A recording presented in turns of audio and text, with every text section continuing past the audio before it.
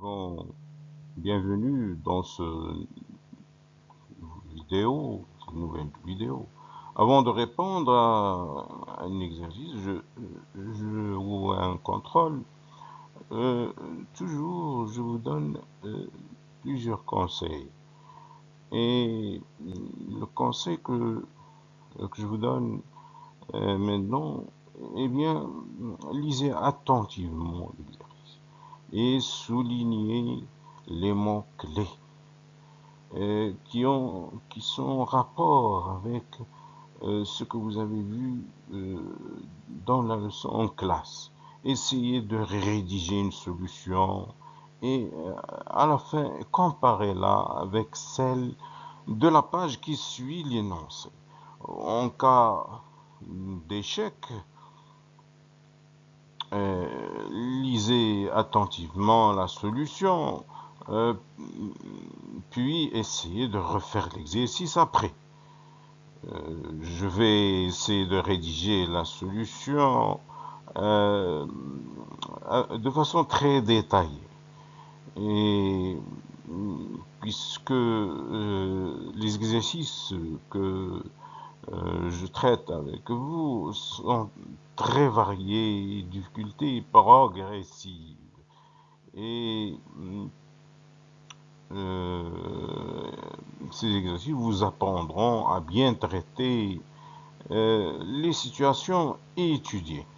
Et commençons tout d'abord ce contrôle modèle 2 par le premier exercice.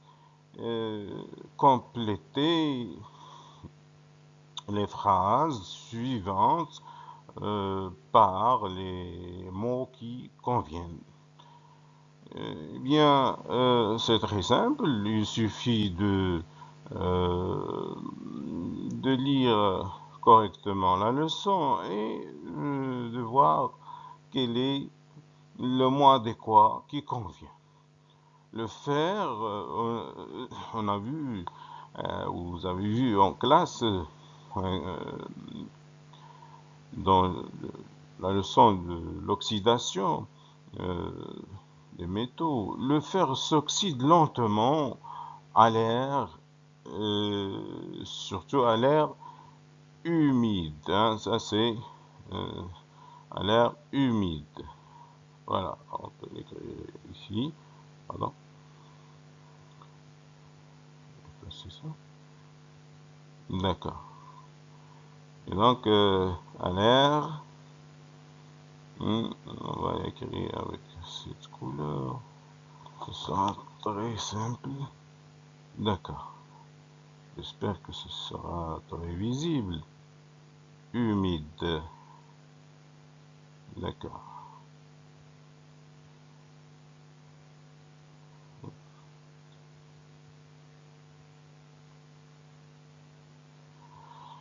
Pour donner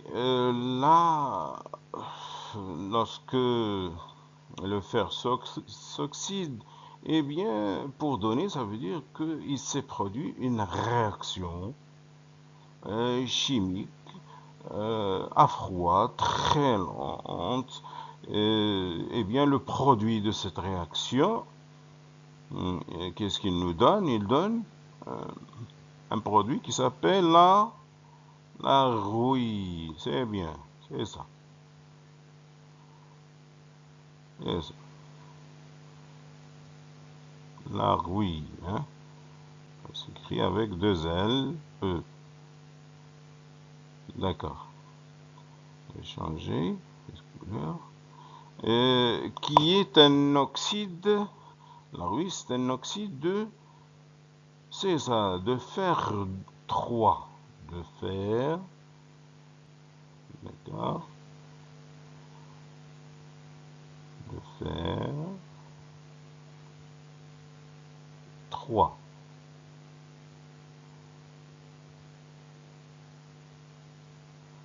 D'accord. Cette transformation chimique nécessite d'une part le fer, c'est-à-dire les réactifs, le fer, le dioxygène, et ces deux réactifs Vous avez vu dans la leçon qu'ils n'interagissent que s'il y a un catalyseur qui pousse ces deux réactifs à interagir. Eh bien, quel est ce catalyseur? Eh bien, c'est qui manque, c'est l'eau. C'est bien, c'est ça. Il en faut de l'eau.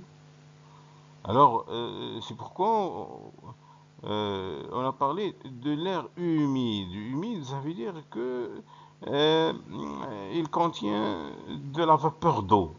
Le rôle de la vapeur d'eau, c'est de catalyser, de pousser le fer et le dioxygène à interagir. Si vous avez vu l'expérience lorsque qu'il n'y a pas d'humidité, ça veut dire qu'il n'y a pas d'eau, ça disait que l'air est sec, eh bien, il ne se produit rien. Le fer n'interagit pas avec le dioxygène. La combustion, des matières organiques nécessite un carburant. Quel est le carburant que vous avez utilisé toujours? C'est l'oxygène, c'est bien. Le dioxygène. Voilà. Le dioxygène. Bien. Bien sûr, il y a d'autres carburants. Vous allez les voir au lycée. Par exemple, le dichlore. Mais au collège, vous utilisez toujours comme carburant le dioxygène. Poursuivant, il existe deux méthodes permettant de mesurer le pH d'une solution. Eh bien, lesquelles ces deux méthodes que vous avez vues? La première, c'est exact en utilisant le papier pH. C'est ça. Le papier pH.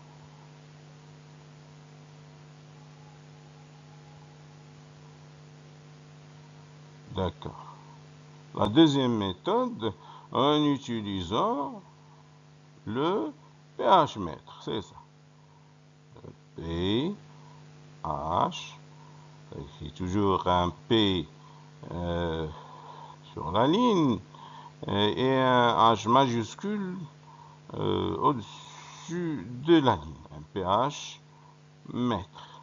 pH toujours, on l'écrit. Vous allez voir au lycée, ça s'appelle, c'est une abréviation de deux mots. Le P, ça veut dire potentiel et H, hydrogène. Mais vous vous contentez du pH,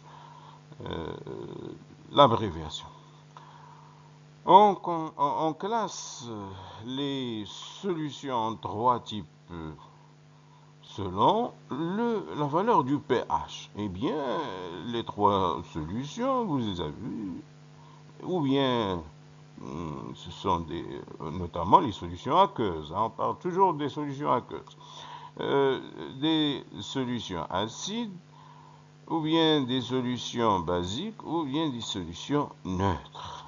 Les solutions acides, eh bien, les solutions acides, ils ont un pH de valeur qui est, c'est ça, inférieur à 7, c'est ça, qui est inférieur à la valeur 7. Ça veut dire que leur pH est comprise entre 0 et 7, inférieur strictement à 7 et supérieur strictement à 0, puisque pH égale à 0, c'est une solution théorique.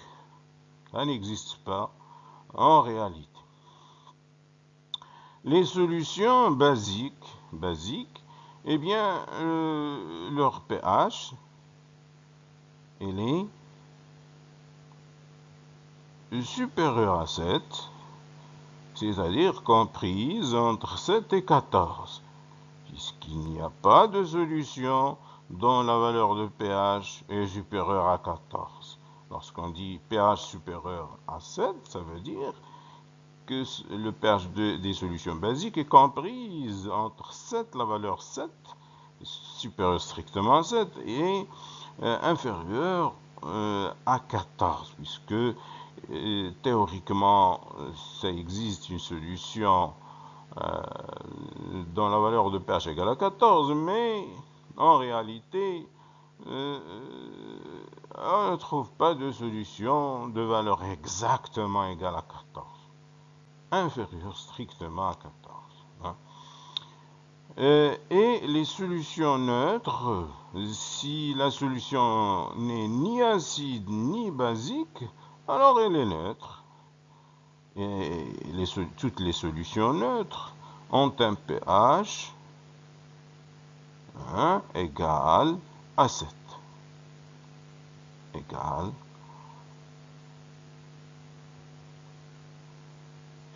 à 7. D'accord.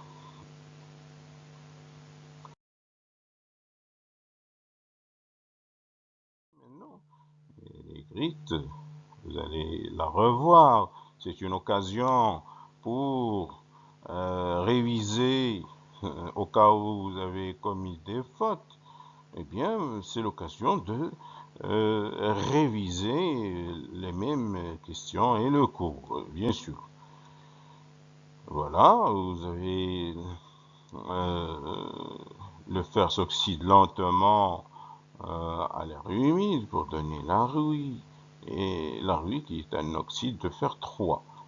Cette transformation chimique nécessite le fer, le dioxygène et bien sûr le catalyseur qui est l'eau et de l'eau. La combustion des matières organiques, le mot combustion, ça veut dire qu'il y a un carburant, et le carburant ici, c'est le dioxygène. Je précise, le dioxygène, l'oxygène, le corps oxygène, oui, le dioxygène. Il existe deux méthodes permettant de mesurer le pH d'une solution, le papier pH et le pH mètre. Bien sûr, il y a d'autres méthodes, mais au collège, on se limitera à ces deux méthodes, le papier pH et le pH mètre, c'est largement suffisant. On classe les solutions en trois catégories selon le pH. Les solutions acides de pH inférieur à 7, les solutions basiques de pH supérieur à 7 et les solutions neutres de pH égal. Passons maintenant à la deuxième question. Répondez par vrai ou faux aux propositions suivantes. Eh bien, vous allez voir la première proposition. Vous aurez plusieurs propositions et vous devez avoir répondu par vrai ou faux. Passons à la première proposition. La corrosion d'un métal par l'air est une oxydation. Vrai ou faux? Alors, c'est exact. La corrosion, c'est une oxydation. C'est une réaction qui s'appelle une oxydation. Ça veut dire que le fer s'oxyde, que il y a combinaison des atomes d'oxygène avec le fer. Cette combinaison, on l'appelle oxydation. Ça veut dire que le fer a gagné des atomes d'oxygène. Après la réaction, il s'est formé un oxyde de fer 3. Eh bien, la proposition, elle est vraie, bien sûr. Elle est vraie. D'accord. Passons maintenant à la deuxième proposition. Un matériau organique contient toujours des atomes de carbone, d'oxygène et d'hydrogène. Vrai ou faux? Eh bien, à un moment de réflexion, eh bien c'est faux. Et pourquoi? Ah, je parie que vous avez écrit vrai, hein? C'est faux. C'est parce que un matériau, bien sûr, un matériau, le critère pour qu'il soit, un matériau organique, pour qu'il soit euh, classé dans la famille des matériaux organiques, eh bien, il doit contenir les atomes de carbone et d'hydrogène essentiellement. Bien sûr, il peut contenir d'autres atomes. Mais là, il y a le mot toujours qui a faussé la phrase. Est-ce que toujours il contient de l'oxygène? Toujours les matériaux organiques contiennent de l'oxygène. Est-ce que c'est obligatoire? Non. L'obligation, c'est l'hydrogène et les atomes de carbone, et non pas forcément l'oxygène. Et donc c'est faux, puisqu'il y a des matériaux qui ne contiennent pas d'oxygène et qui sont, on peut les classer parmi la famille des matériaux organiques. Proposition suivante, tous les matériaux organiques se trouvent dans la nature. Vrai ou faux? Eh bien, c'est faux. C'est faux. Puisque il y a des matériaux organiques artificiels qui ne se trouvent pas dans la nature. Eh bien, ce qui a faussé la proposition, c'est tous les matériaux. Quelques matériaux.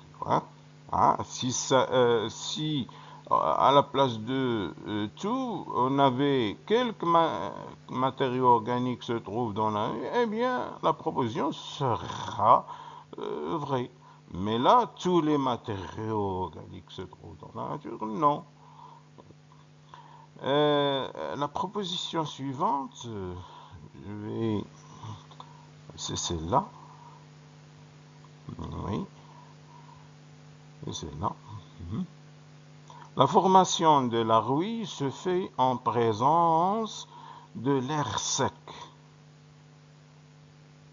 Vrai ou faux? On a vu ça. Eh bien, c'est faux. La formation de la rouille se fait en présence de l'air humide. L'air, il contient de l'oxygène. Et humide, ça veut dire nécessité qu'il y a dans le milieu de l'eau, puisqu'il va jouer le rôle d'un catalyseur entre le fer et le dioxygène pour qu'ils interagissent.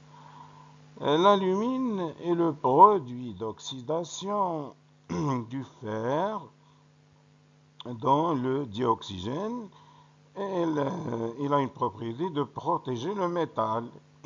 Est-ce que c'est vrai ou faux? Un moment de réflexion. Eh bien, c'est faux. Ah, pourquoi alors? L'alumine, il protège un métal qui s'appelle l'aluminium et non pas le fer.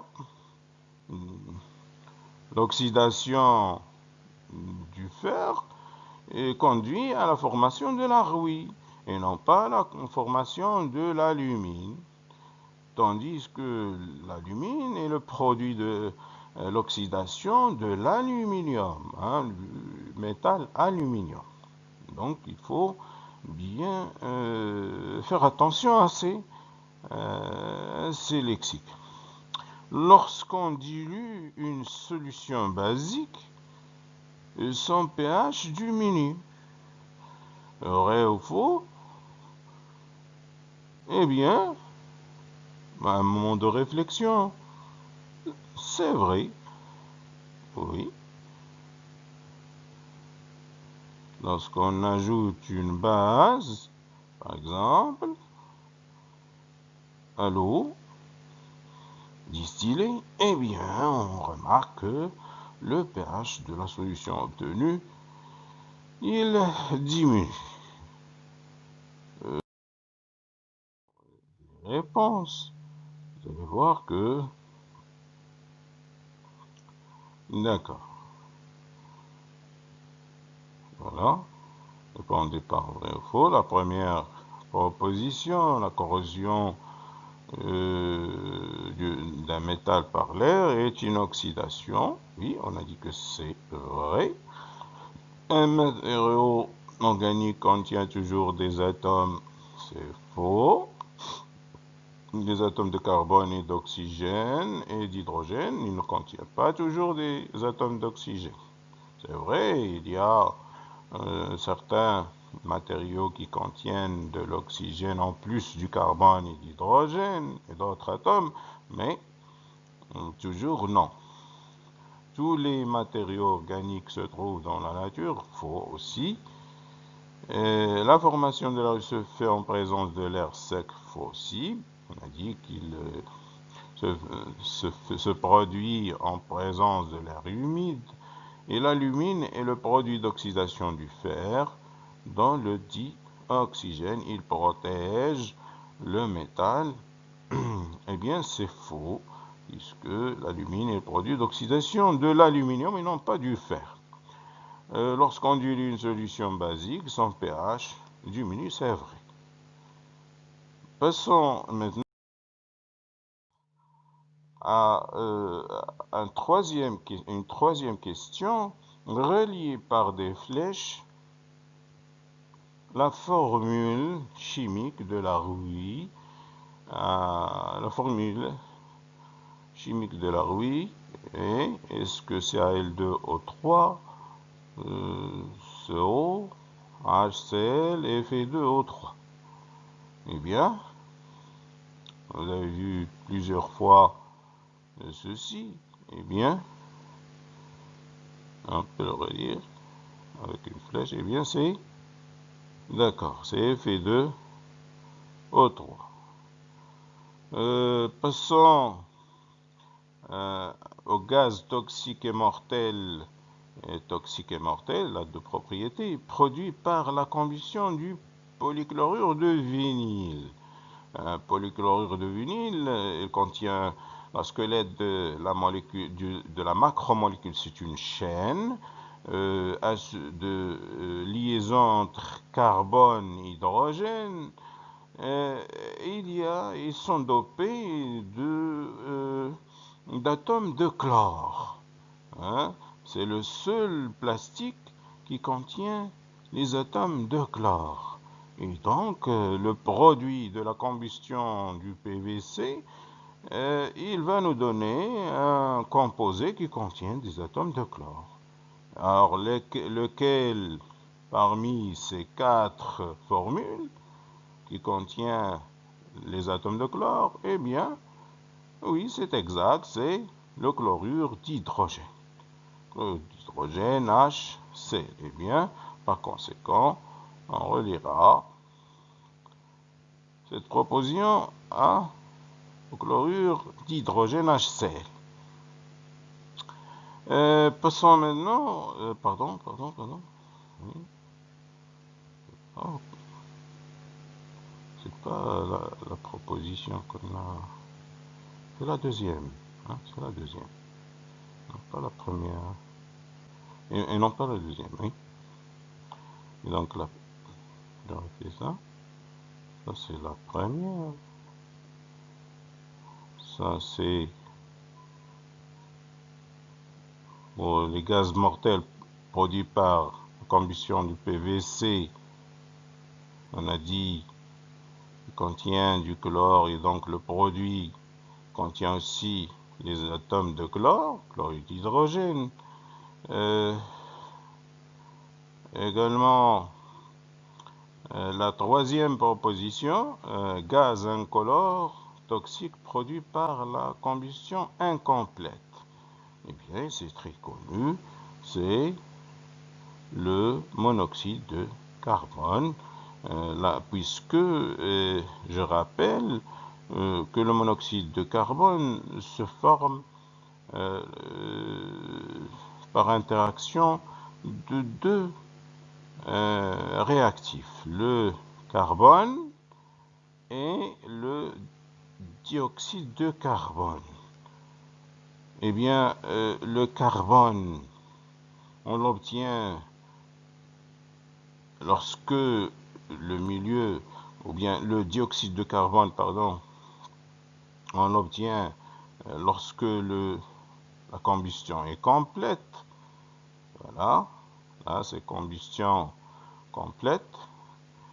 Et le carbone, lorsque le volume d'oxygène diminue dans le milieu, eh bien la combustion devient incomplète puisque le milieu devient pauvre en oxygène. Il y a formation du carbone, en plus de l'eau bien sûr, dans les deux cas.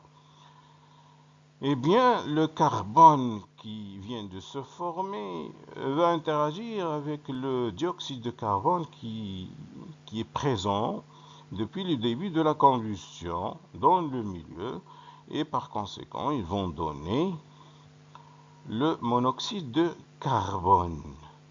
C'est ce gaz qui est à l'origine qui est mortel, qui est à l'origine de beaucoup de décès, notamment dans les bains de maison.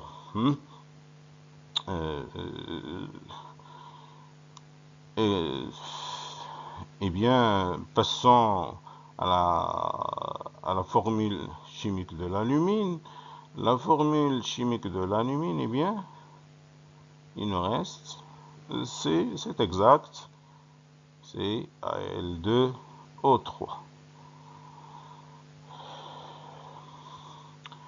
Quatrième question.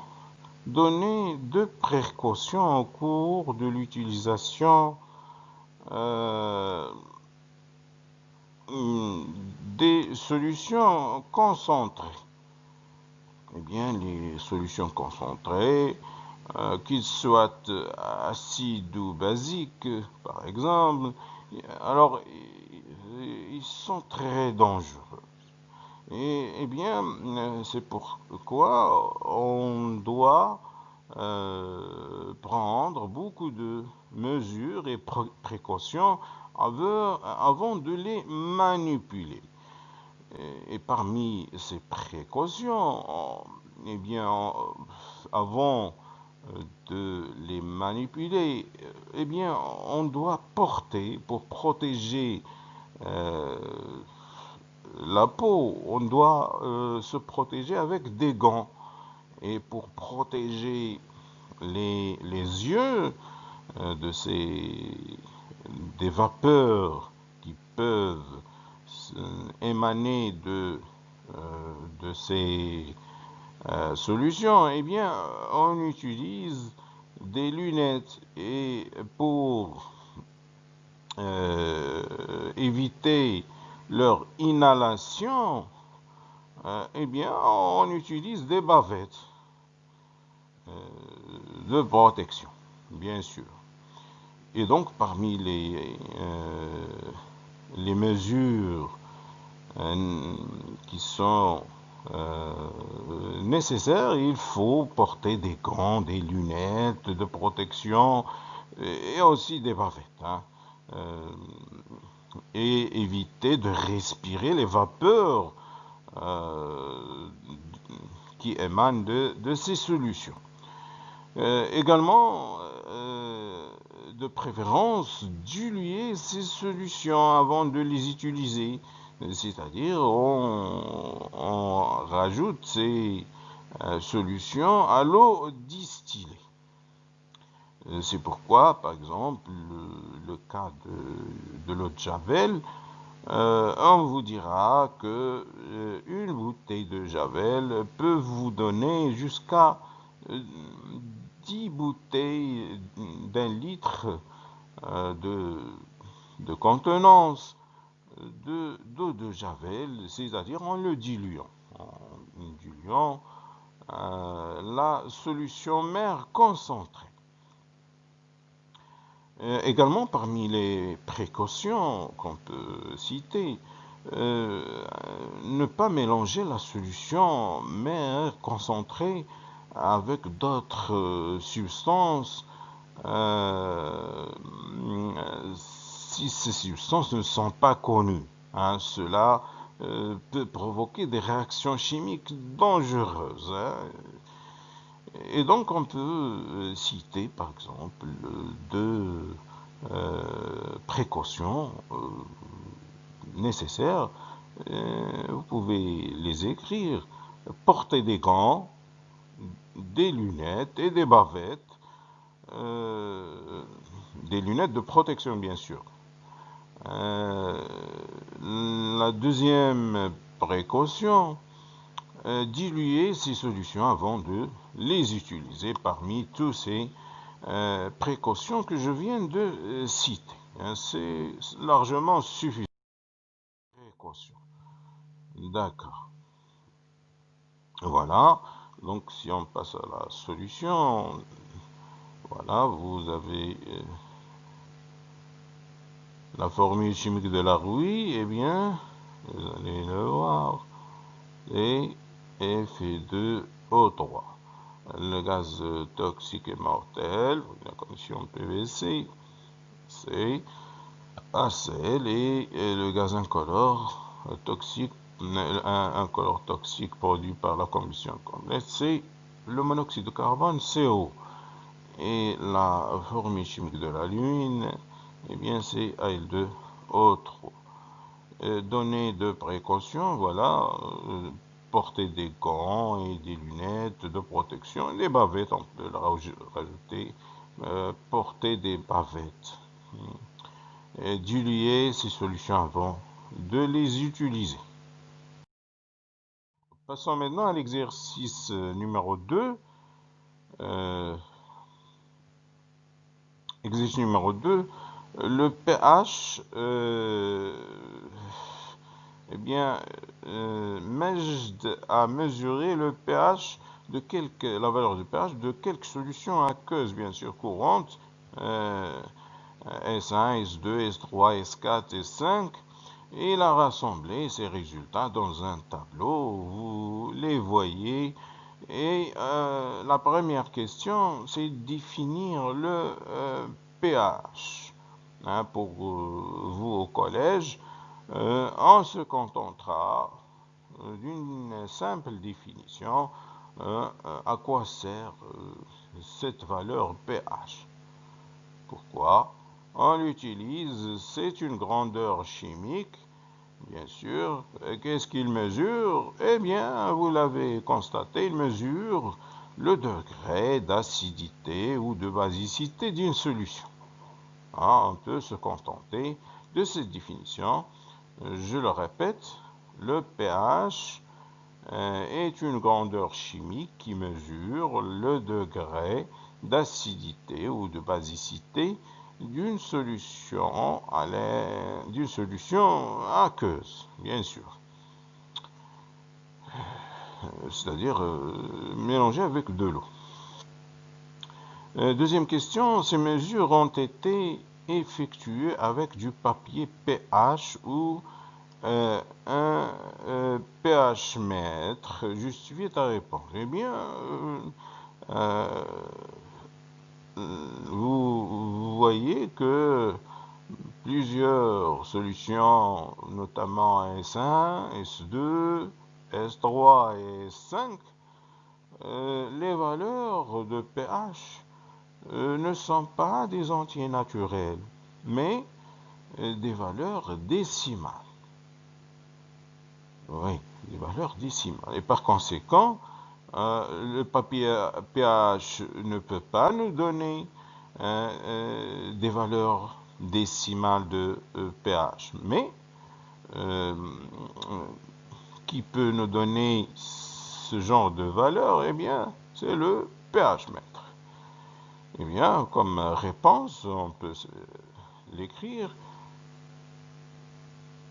à l'aide d'un pH mètre, car les valeurs de pH, à l'aide d'un pH mètre, car les valeurs de pH ne sont pas tous des entiers naturels, mais des valeurs décimales, excepté, vous voyez, le pH, la valeur du pH de la solution S4, qui est égale à 7. C'est la seule valeur qu'on peut considérer qu'elle est naturelle. Mais tous les autres sont des valeurs décimales, y compris la valeur 7. La troisième question, complétez la dernière ligne de ce tableau en écrivant la nature acide, basique ou neutre de la solution. Eh bien, on a vu ça pour les classer, ces solutions. Eh bien, on va comparer ces solutions, la valeur du pH, au nombre 7. Si la valeur du pH égale à 7, comme ce fut le cas ici de la solution S4, eh bien, on a dit que la solution, elle est neutre. Voilà, elle est neutre. Si la valeur du pH est inférieure à 7, on a dit qu'il est, eh bien, c'est ça, il est acide. Acide, eh bien, les solutions qui ont une valeur de pH inférieure à 7, vous remarquez, il y a la solution S2, la solution S5. Voilà, tous les deux, ils ont une valeur de pH inférieure à 7. S2, 2,3 qui est inférieur à 7. Et S3, S5, il a une valeur de pH inférieure à 7 aussi, 4,8. Et par conséquent, ce sont des solutions qui sont acides. D'accord. Acide. D'accord.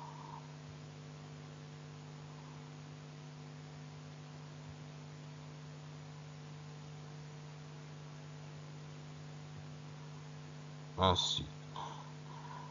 Si on passe à la solution S1, eh bien, la solution S1,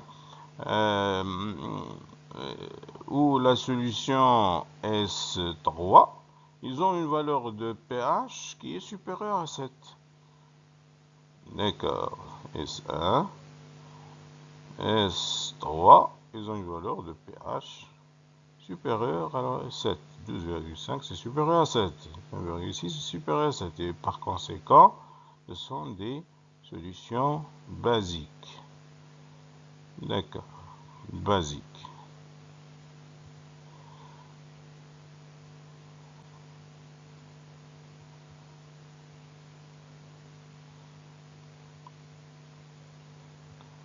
Là aussi, c'est une solution. La solution S3 est une solution basique. D'accord. La solution de cette page, vous allez la voir en détail sur la page suivante. Voilà.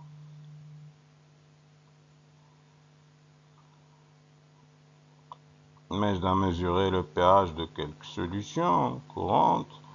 Il a rassemblé ces résultats dans un tableau. Voilà le tableau qu'il a utilisé. Et la première étape, c'est de définir le pH. le pH, on a dit, c'est une grandeur chimique qui mesure le degré d'acidité ou de basicité d'une solution. La deuxième question, ces mesures ont été effectuées par un pH mètre, car les valeurs de pH ne sont pas tous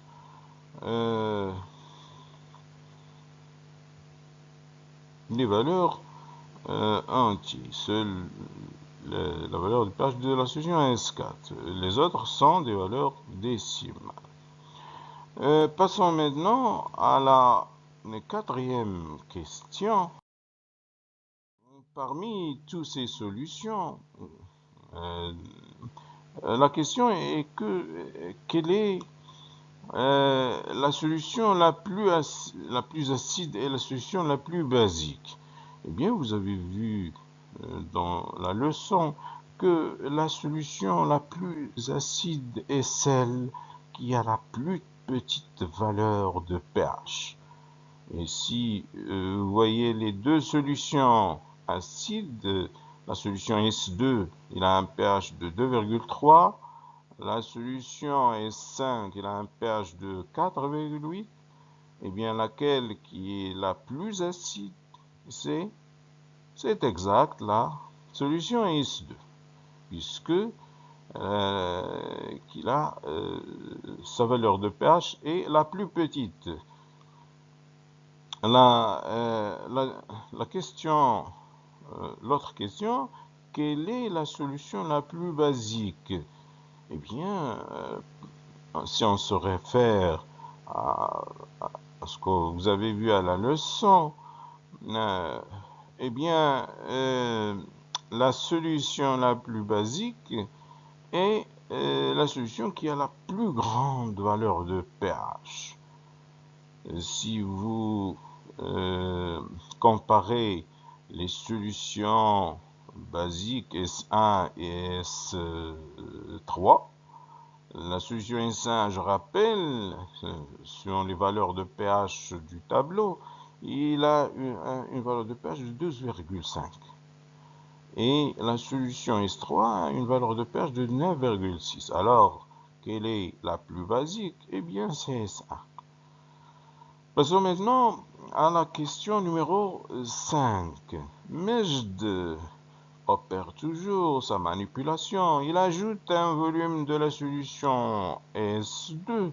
La solution S2, je rappelle, est de pH égale à 2,3. C'est une solution acide. À l'eau distillée. Il ajoute un volume de la solution S2, il prend un volume et l'ajoute à l'eau distillée. La question, donnez le nom de cette opération de la manipulation de Majd. Eh bien, c'est exact, c'est, comment on l'appelle, la dilution. La dilution. Lorsqu'on ajoute un acide ou une base à l'eau distillée, eh bien, cette opération s'appelle la dilution. Eh bien, j'ouvre une parenthèse. Alors, quel est le rôle de la dilution? On a vu les précautions à prendre et on dit parmi les précautions, il faut diluer ces solutions avant de les utiliser. Eh bien, c'est ça. Et il faut ajouter la solution acide ou basique à l'eau distillée et non pas le contraire. Eh bien, c'est le rôle de cette opération de dilution, c'est de rendre la solution mère, ici c'est S2, moins dangereuse et la moins dangereuse possible, en diminuant sa force d'acidité. Et par conséquent, sa valeur de pH va, c'est la question suivante. Comment varie la valeur du pH de la solution? Eh bien, il va augmenter. La solution obtenue, bien sûr, par dilution. Eh bien, la valeur de pH de la solution va augmenter. Le nombre d'ion H+, qui caractérise l'acidité par litre, il va diminuer. Hein. Il va diminuer alors que le nombre d'ions hydroxyde HO- qui caractérise la basicité, il va augmenter. Hein. Eh bien, vous allez voir toutes ces réponses dans la page suivante. La combustion du nylon dans le dioxygène de l'air produit la vapeur d'eau, le dioxyde de carbone et le cyanure d'hydrogène. Comment détecter la présence de dioxyde de carbone? Eh bien, vous avez vu ça en première année, en deuxième année du collège, certainement. Eh bien, comment détecter le dioxyde de carbone CO2? C'est grâce au test à l'eau de chaux. On récupère un volume du gaz formé dans un flacon, puis on ajoute l'eau de chaux et on remarque qu'il se trouble, c'est-à-dire que l'eau de chaux il est incolore, il devient à peu près blanc. Hein, blanc. On dit qu'il se trouble. Et s'il se trouble, ça veut dire que le gaz qui a causé ceci, c'est le dioxyde de carbone, CO2. La deuxième question, quels sont les atomes entrant dans la composition du nylon? Eh bien, j'ai traité dans le contrôle numéro 2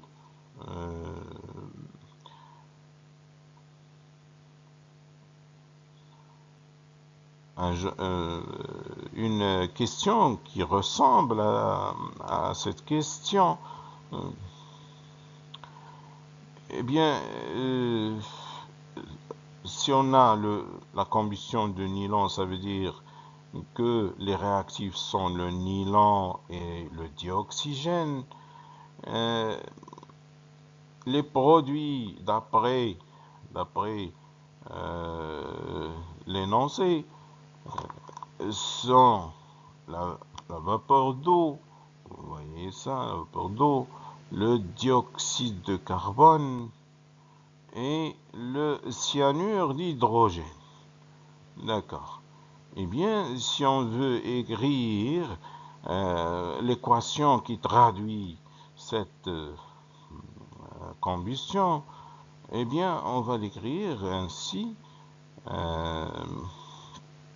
Nylon, voilà, nylon,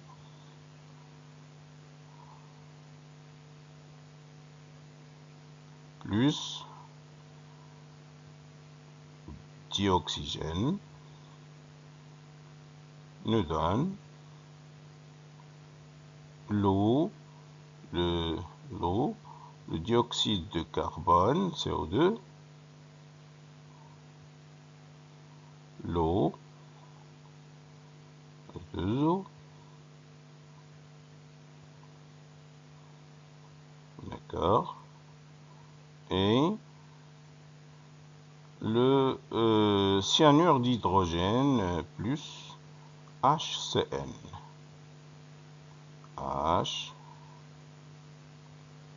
HCN. D'accord.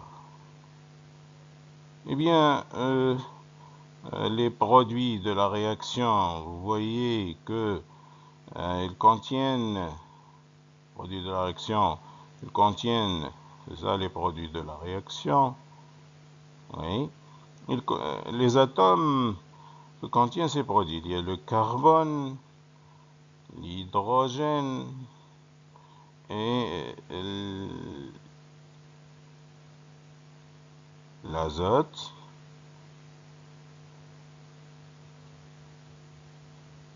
Et l'oxygène. D'accord.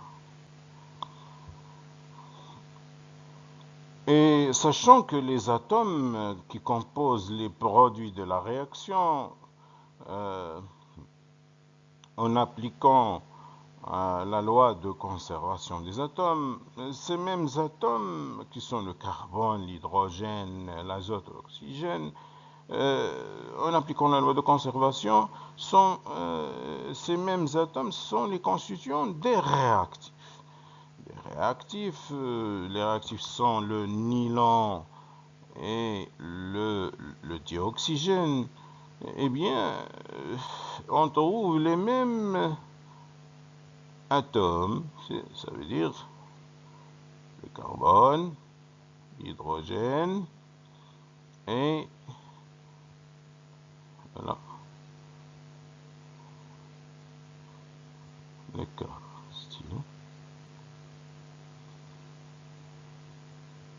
carbone, hydrogène,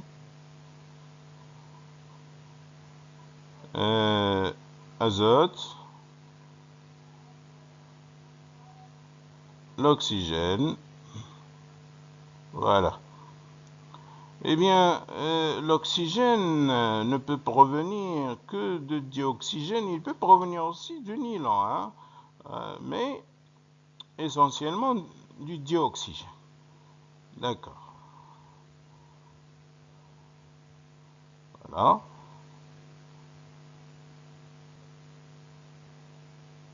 Ça veut dire que le nylon, voilà, le nylon, eh bien, il est composé au moins d'atomes de carbone, d'hydrogène, d'azote, et bien sûr, il peut aussi contenir des atomes d'oxygène. Hein? Ça ne veut pas dire que l'oxygène provient seulement de dioxygène. Le nylon aussi, il peut renfermer des atomes d'oxygène en plus des atomes de carbone, hydrogène et azote. Et ça, c'est l'objet de la deuxième question. Quels sont les atomes entrant dans la composition du nylon? Eh bien, la réponse, carbone, hydrogène, azote, N, le nitrogène, on appelle aussi azote, oxygène. D'accord. Là, la question qui suit, le nylon est-elle une matière ou un matériau organique? Je suis votre réponse. Eh bien, on a dit quel est le critère pour qu'un matériau, on le classe dans la catégorie des matériaux organiques. Eh bien, on a dit essentiellement, il doit contenir les atomes de quoi? Les atomes de carbone et d'hydrogène, essentiellement. Si on contient d'autres, ce n'est pas important. Mais pour nous, l'important c'est qu'il contienne les atomes de carbone et d'hydrogène. Est-ce que ce critère est vérifié pour le nylon? Eh bien oui, il contient des atomes de carbone et d'hydrogène. En plus, il contient aussi des atomes d'azote et d'oxygène, mais en ce qui nous concerne, c'est les atomes de carbone et d'hydrogène. Et par conséquent, oui, c'est une matière organique car il contient les atomes de carbone et d'hydrogène. Mais à la réponse. Vous allez voir en détail tout ce qu'on dit sur la page suivante et il est bien rédigé. Où est le risque de brûler le nylon? On va le voir après que vous ayez copié la solution de toutes ces questions.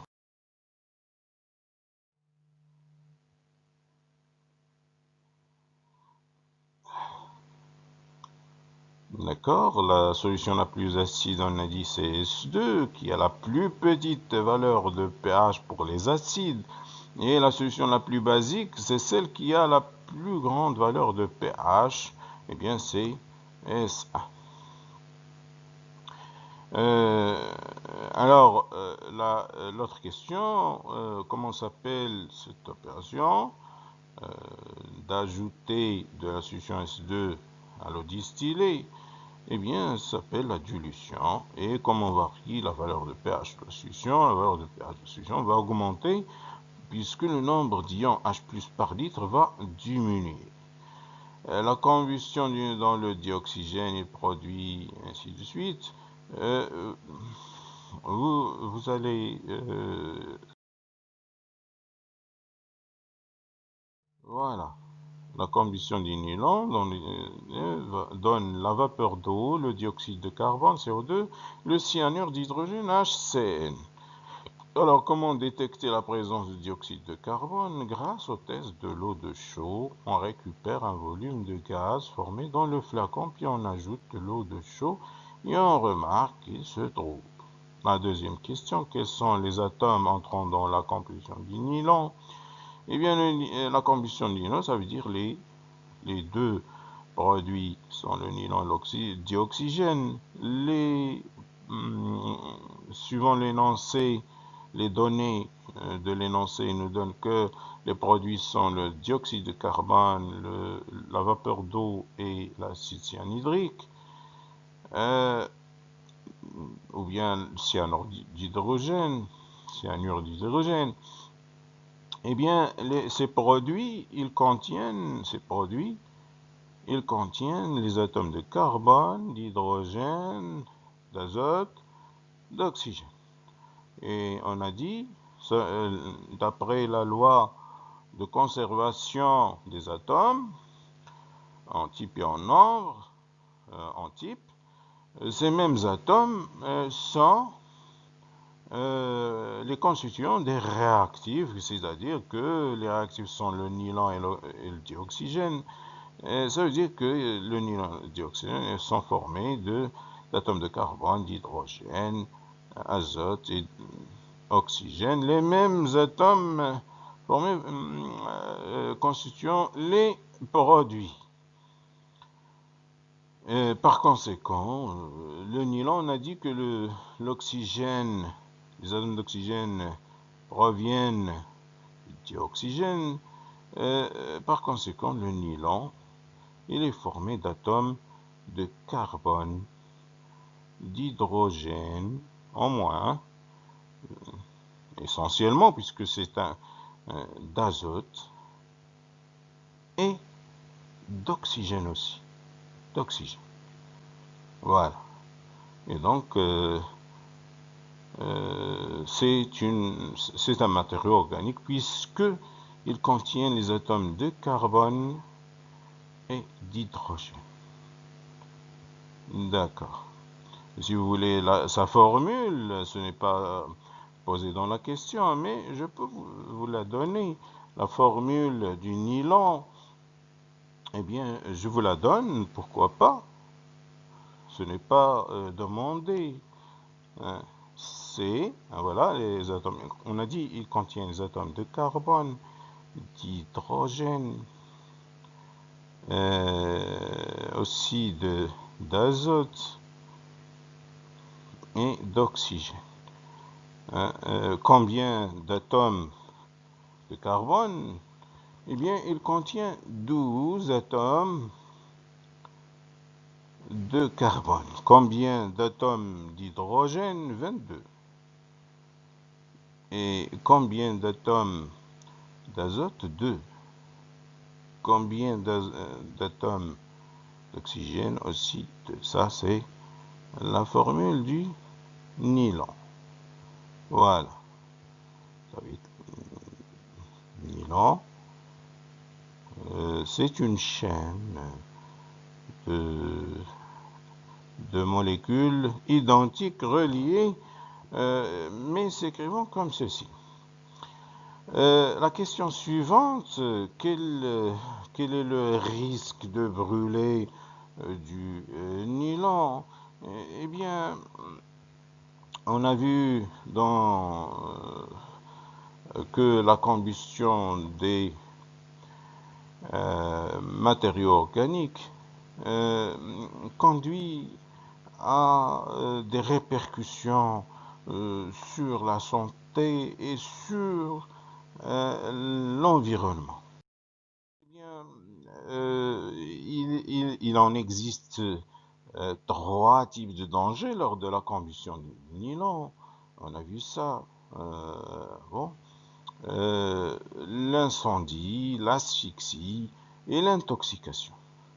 L'incendie, si la combustion est mal contrôlée, et l'asphyxie, si la combustion est réalisée en local fermé, c'est-à-dire non aéré, on dit non ventilé. L'intoxication par le gaz issu de la combustion des matériaux organiques, ici c'est le cyanure d'hydrogène, qui est un gaz mortel, puisqu'il est très toxique. Et puisque l'intoxication est la cause du décès si l'expérimentateur n'est pas informé de la possibilité d'odeur de gaz toxique ou s'il inhale le gaz sans faire de précautions, c'est-à-dire les mesures de précaution dont on a cité l'utilisation de bavettes, c'est pour empêcher l'inhalation de certains gaz comme le cyanure d'hydrogène issu de la combustion du nylon. En effet, la combustion du nylon, il peut produire aussi, comme tous les matériaux organiques, il produit au début la combustion est complète, il y a assez d'oxygène dans le milieu et donc il va produire du CO2 qui provoque aussi une hyperventilation et favorise l'absorption des gaz toxiques. Aussi, lorsque le milieu devient pauvre en oxygène, eh bien, la combustion devient incomplète et par conséquent, il y a production du monoxyde de carbone, CO. Ce gaz se fixe, on a dit, sur l'hémoglobine du sang et empêche le transport du dioxygène aux organes vitaux, le cœur et le cerveau. De plus, le nylon brûle en dégageant du cyanure d'hydrogène qui est un gaz acide et irritant. Il attaque les poumons. Ça, ce sont les répercussions sur la santé.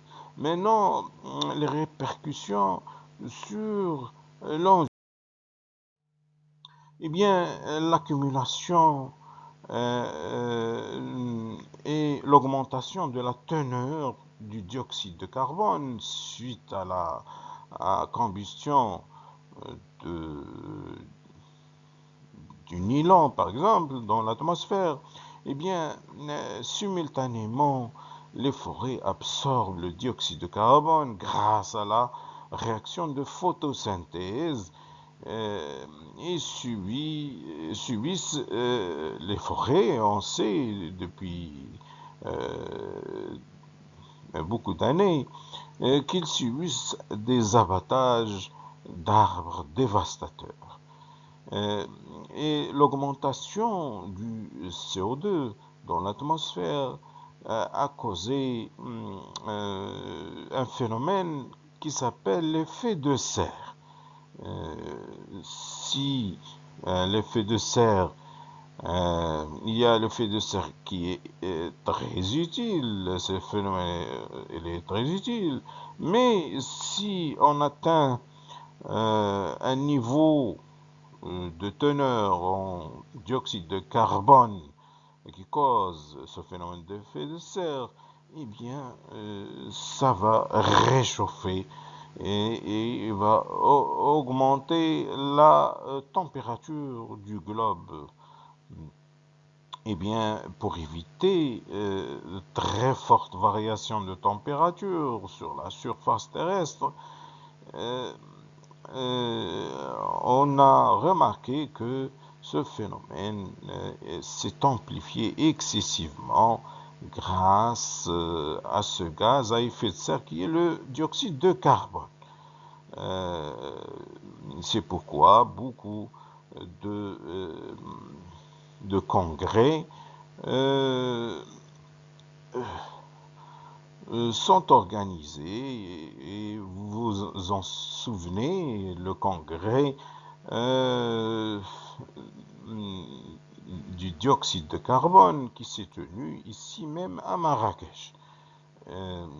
COP 22, appelé COP 22, eh bien, ce gaz, il provoque une augmentation de la température moyenne du globe et cette température s'élève de quelques degrés Celsius et entraîne un dérèglement climatique inévitable.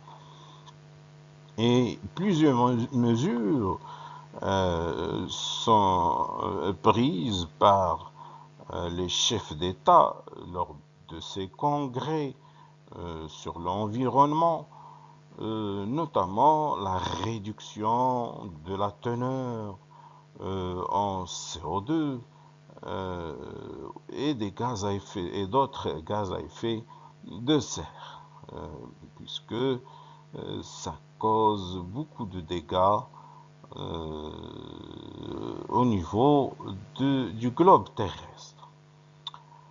Eh bien, c'est une parenthèse.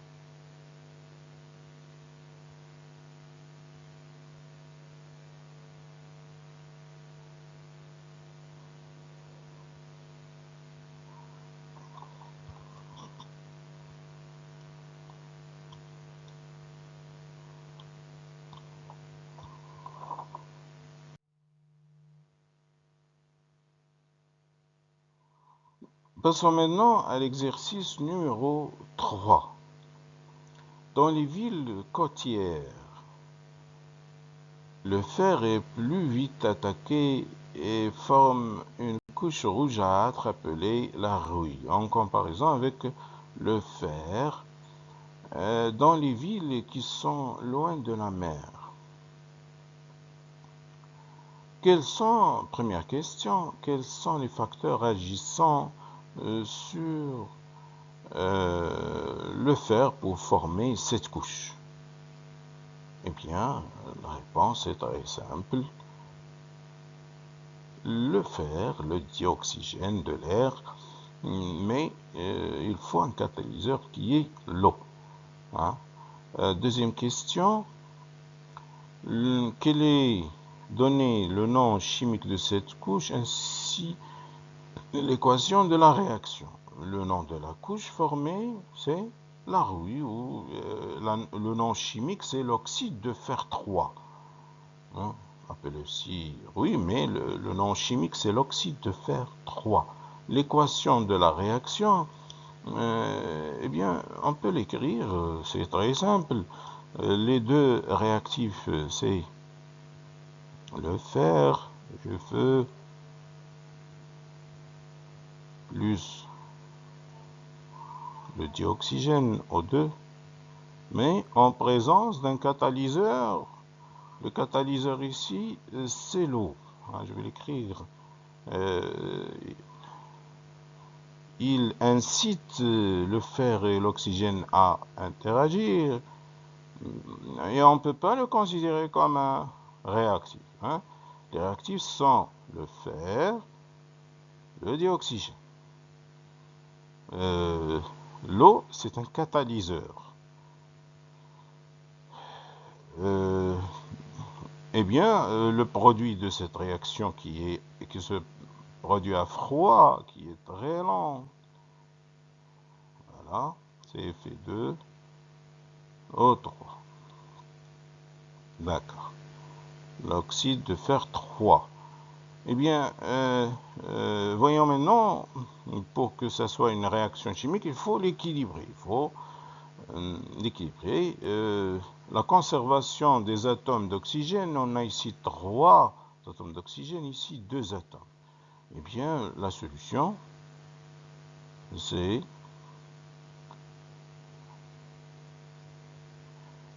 On aura besoin de 3 molécules. 3 molécules d'oxygène, de dioxygène. 3 molécules. Et comme ça, ces 3 molécules vont nous donner 6 atomes d'oxygène.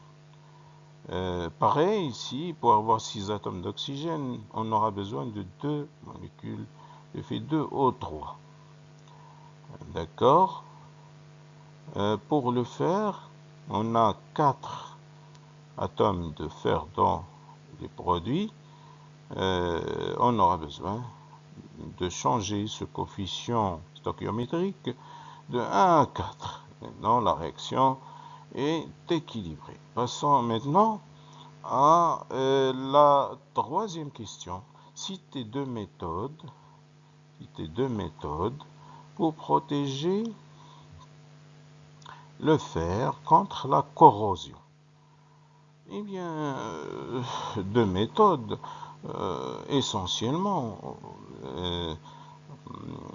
le but pour la protection du fer, ça nécessite son isolement d'une atmosphère humide. Alors, plusieurs techniques sont utilisées pour cela.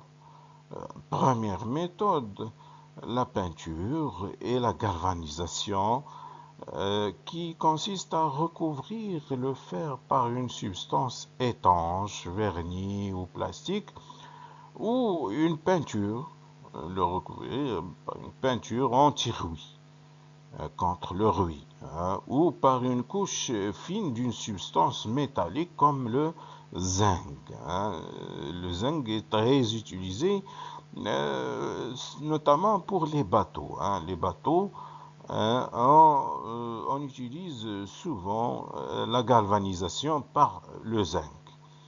On peut utiliser aussi l'étain,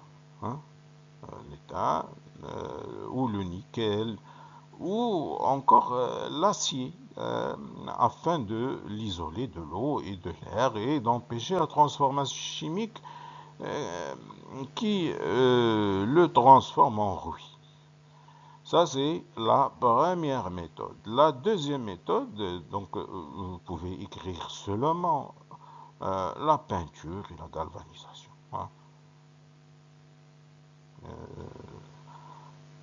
C'est tout ce que j'ai dit, c'est pour vous expliquer en quoi consiste la peinture et la galvanisation. La deuxième technique ou méthode, le fer à lui seul, il se corrode, mais si on le mélange à d'autres métaux avec des proportions déterminées, eh bien, on obtient ce qu'on appelle des alliages, c'est-à-dire un mélange de fer et d'autres métaux qui ont des propriétés anti-rouille. Ainsi, les aciers, par exemple, inoxydables, vous les connaissez, les aciers inox, sont des alliages à base de fer et de chrome et présentent une grande résistance à la corrosion, à froid et à chaud également. Quatrième question, la carrosserie. Oui, la carrosserie de voiture est faite en fer. Elle est en fer en général. Et voilà. Et certains constructeurs d'automobiles utilisent l'aluminium. Voilà. La carrosserie elle est en fer, l'aluminium. Expliquer la nécessité, première question, de peindre une voiture dont la carrosserie fait en fer. Eh bien, tout se résume afin de l'isoler de l'eau et de l'air et d'empêcher la transformation chimique qui le transforme en rouille. Eh bien, c'est ça le but. Le but de peindre, c'est d'empêcher la réaction entre le fer de la carrosserie et le dioxygène. Hein? C'est-à-dire, il isole le fer de le dioxygène. Par conséquent, cette réaction ne se produit pas, bien qu'il y a de l'humidité. Et par conséquent, il n'y a pas formation de la rouille ou l'oxyde de fer 3. Eh bien, c'est grâce à quoi? Grâce à la peinture. Hein? B, la question B, citez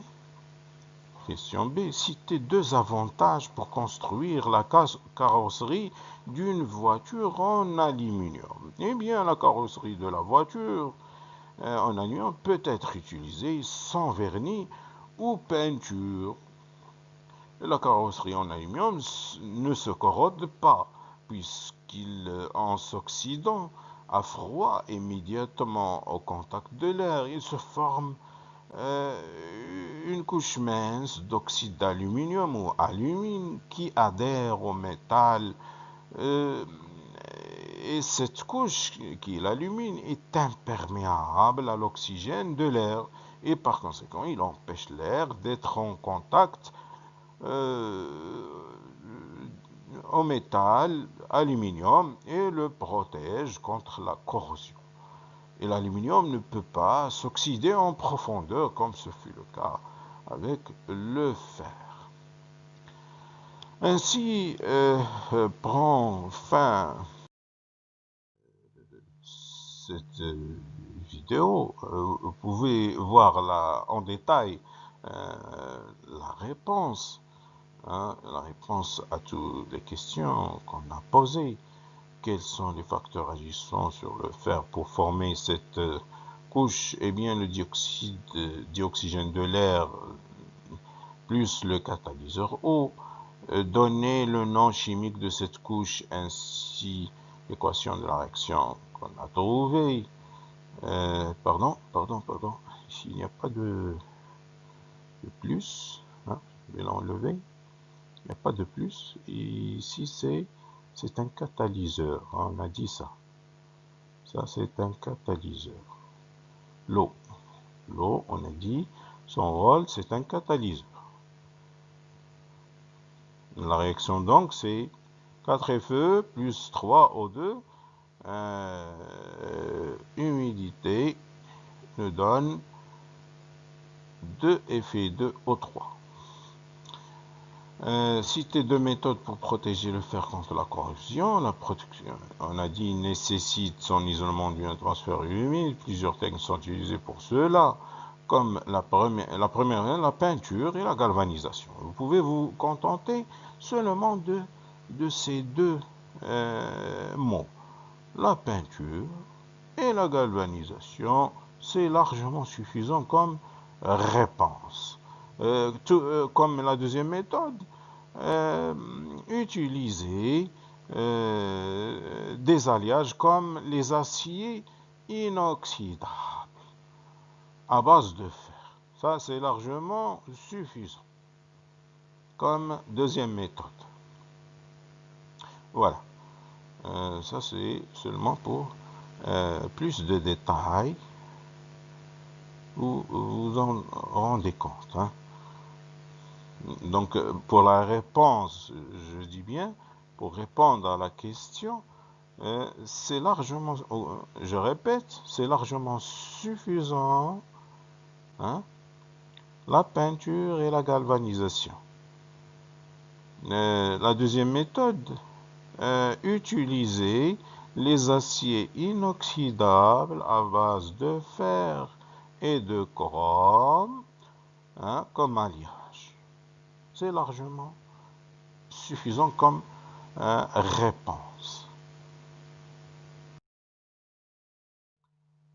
La quatrième question. La carrosserie de voiture est faite en fer en général. Certains constructeurs d'automobiles utilisent l'aluminium et la nécessité de peindre une voiture faite en fer. On a dit, le but c'est afin de l'isoler, hein, d'isoler le fer, on l'isole, le fer, on l'isole de quoi? De l'air humide, c'est-à-dire mélangé avec l'eau, pour empêcher le déclenchement de la réaction qui transforme le fer en rouille, c'est-à-dire la réaction Fe plus O2 donne Fe2O3. B. Citer deux avantages pour construire la carrosserie d'une voiture en aluminium. La carrosserie de la voiture peut être utilisée sans vernis, puisqu'il est en aluminium, hein, ou sans peinture. Oui. L'alumine formé le protège de la corrosion. La carrosserie en aluminium ne se corrode pas, hein, puisqu'en s'oxydant à froid immédiatement avec de l'air, il se forme une couche d'alumine qui adhère au métal, appelé alumine, qui est imperméable à l'oxygène de l'air. Il empêche l'air d'être en contact. L'aluminium ne peut pas s'oxyder en profondeur. Ainsi prend fin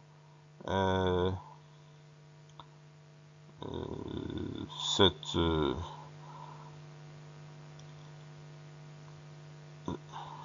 correction du modèle numéro 2 devoir. Prochaine vidéo, je vais produire une vidéo sur contrôle numéro 3 où il y a toutes les leçons, presque toutes les leçons du premier semestre. Et donc